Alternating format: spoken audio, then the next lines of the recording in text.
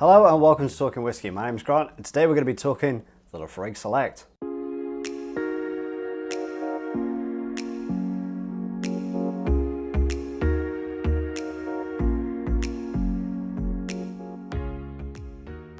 So I've spoken a little bit about Laphroaig before, and they're an Islay distillery and they are one of my favourite Islay distilleries. And it's something cool about them I always find interesting is when they get their bourbon barrels to age their whiskey in, they get everything from Maker's Mark. So this is the Select. This has now kind of become their base range of their non-age statements and kind of their base range in general now. Now they say that when they make the Select that they blend together parts of the Laphroaig 10, the PX Sherry, they blend some of the Oloroso, the Triple Wood, and they also blend some of the Quarter Cask as well. And that's kind of what gives the Select. They've taken bits of all of those different whiskies, they've blended it together to give this as their kind of base range entry into them as a distillery. So let's get it poured.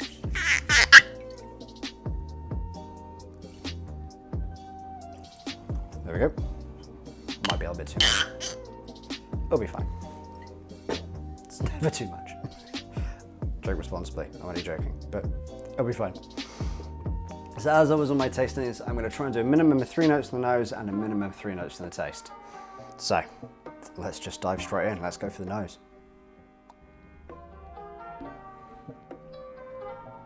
That's pretty good. That's pretty good. So I'm getting a lot of this is immediately making me think about the Laphroaig 10. By the way, if you want to check out my video for the Laphroaig 10, there's a link of it up here. But anyway, let's stick with the Select. So okay, so big punch of this peat iodine going on. This kind of real medicinal peat note in there. You've still got that smoke, that real peat smoke, but it's kind of like a TCP iodine note going on. You got a bit of kind of sea salt, like sea salt spray as well, like you're standing on the beach and it's just been splashed up in your face. There's a little bit of a sweetness to it. Now it could be the little bit of kind of sherry casks that they've then kind of blended into this, but it does feel like there's a bit of a sweetness in there, like a almost like oh, do you know what it is? I've got it.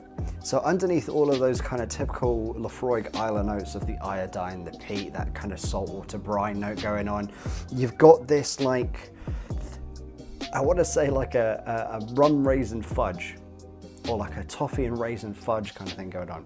You got this fudge sweetness with this raisin note in there as well. And that might be coming from the sherry barrels they use. It could be the PX and the Oloroso that they're using as well. Or at least that's what I'm thinking it is anyway. Right, let's go in for the taste and see what happens.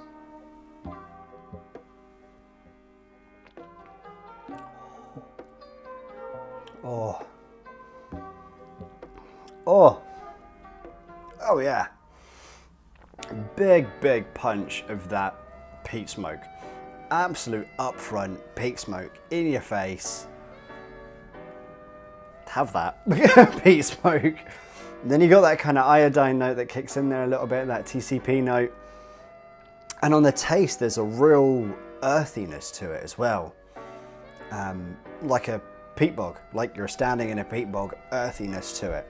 The sweetness is there a little bit, that kind of rum raisin fudge has really been kind of tampered down, like you're standing in the field and you've dropped that one little nugget of rum raisin fudge into the ground. It's there, but you can't necessarily notice it as much as the rest of the field that you're standing in, but it is there.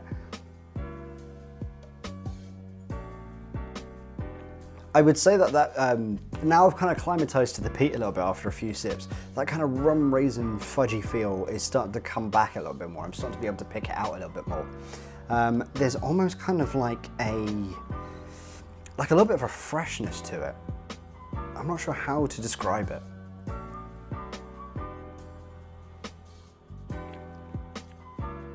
But it almost feels,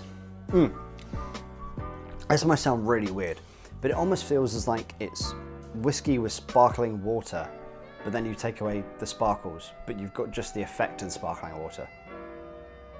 That makes sense? Like, It doesn't make sense. In my head it made sense, probably doesn't make sense to you guys. Basically it feels quite light and airy on top of those big peat iodine notes that are going on. It's not a very dense whiskey. It feels, well, for an Islay, it's not very dense. It doesn't feel very oily. It's not clinging for a while. The aftertaste is that peat smoke, but there's no kind of big heavy oil components that are sticking to my mouth that are kind of making me think of some of the darker notes, like some of the more meaty note kind of things. I really like that. That is really nice. But let's try it with some water and let's see what happens when we do a drop of water in it. So only do a wee bit. That'll do. Let's see what happens. Give that a little bit to sit. So I think with Laphroaig and certainly a lot of things that Laphroaig are releasing currently. So the head distiller at the moment is John Campbell. And a lot of the stuff that they're doing, and they're starting to do more of the non-age statement things. And a lot of the non-age statements that I've tried have been really good. Now, there's kind of this bit of a mini debate between whiskey fans about non-age statement or age statement whiskies.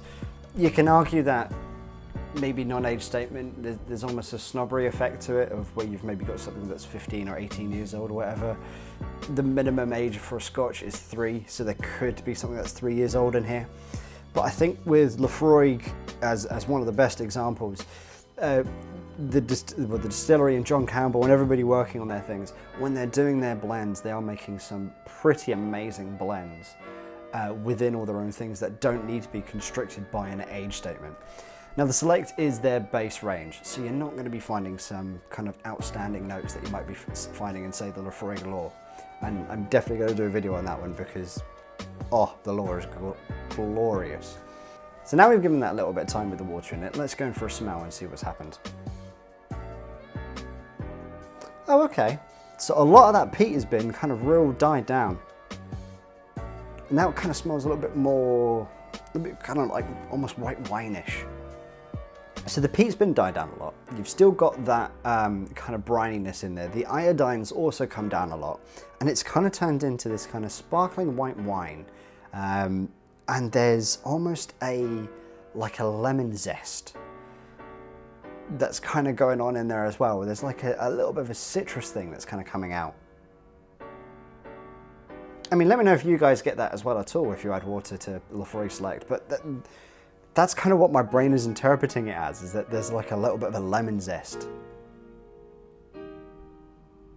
Still smells good. Right, let's go for a taste.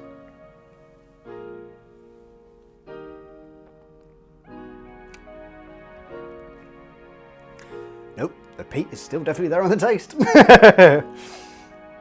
Yeah, that real kind of, that peat note is absolutely there.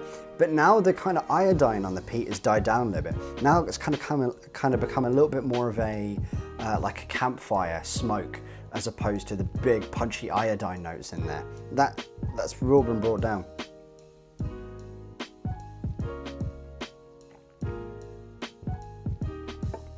That sweetness has kind of come through a little bit more, but instead of it being like a rum raisin fudge, it's now kind of become like a honey and honeysuckle kind of sweet floral note going on a little bit. The slightly more dense notes that I was getting without the water have kind of been brought down a little bit, and now it's kind of coming a little bit more kind of vibrant and pretty almost. But yeah, the iodine has really come down, which is interesting for Laphroaig, I think. And now it's a bit more of a campfire ash and a campfire smoke.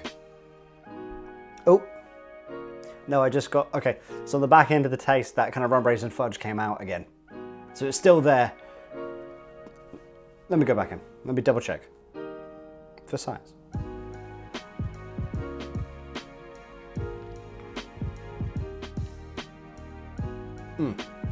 It is. It is. Right, let me go over it again, because I think I got myself a little bit confused. So, I don't repeat myself, but I'm going to go over it again. So you got the forefront of that kind of campfire ash going on. The iodine's been brought down a bit. You still got a bit of that earthy note in there as well. With the water, that kind of sparkling white wine note has been brought down, but now it's kind of turned into more of like a honeysuckle, honey kind of vibrant sweetness. And then on the back end of it, underneath the lingering level of peat smoke, that toffee, that rum raisin fudge has kind of come back a little bit more on the back end of the taste. I actually think I might prefer it without the water. I think I prefer, well, I think because with Laphroaig, I know I absolutely love that iodine note in there, that kind of real briny, peaty iodine note. So for me to lose that a little bit, that's still really nice as it is, but knowing it's Laphroaig, I think I prefer it without the water and with those notes in it a little bit more. Yeah, I think it's a perfectly good entry into Laphroaig and a good entry into what Laphroaig could be doing, and especially with their non-age statements. Again, if you're fairly new to whiskey and you know you like peated whiskey, definitely give this one a try. If you're new and you're not sure about peated whiskey, it could be an interesting one to try. It might be a little bit too aggressive, or a bit too earthy, too iodine-y, so you might maybe want to try a different Islay or maybe even a Highland peat. All in all, I think that's a really nice dram, and well, I'm a big fan of what Laphroaig are doing, and anything that kind of comes out of their distillery at the moment, I'm typically always game to try, and 9 times out of 10 pretty much enjoy all of them.